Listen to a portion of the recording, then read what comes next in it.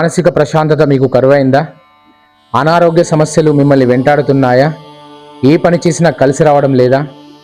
నేను చెప్పే విధంగా సాక్షాత్ కలియుగ ప్రత్యక్ష దైవమైన లక్ష్మీ వెంకటేశ్వర స్వామిని ఈ విధంగా పూజించండి, మీ కష్టాలన్నీ దూరం అవుతాయి. ఎలా అంటారా?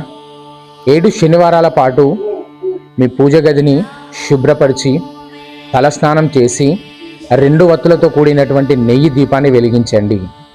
ప్రతి వారం స్వామివారికి తులసి దళాలను సమర్పించండి. ఓం నమో వెంకటేశాయ అనే ఈ మంత్రాన్ని 108 సార్లు జపించండి.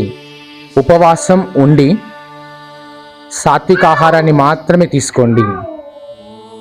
భక్తితో నమ్మకంతో ఈ పని చేయండి.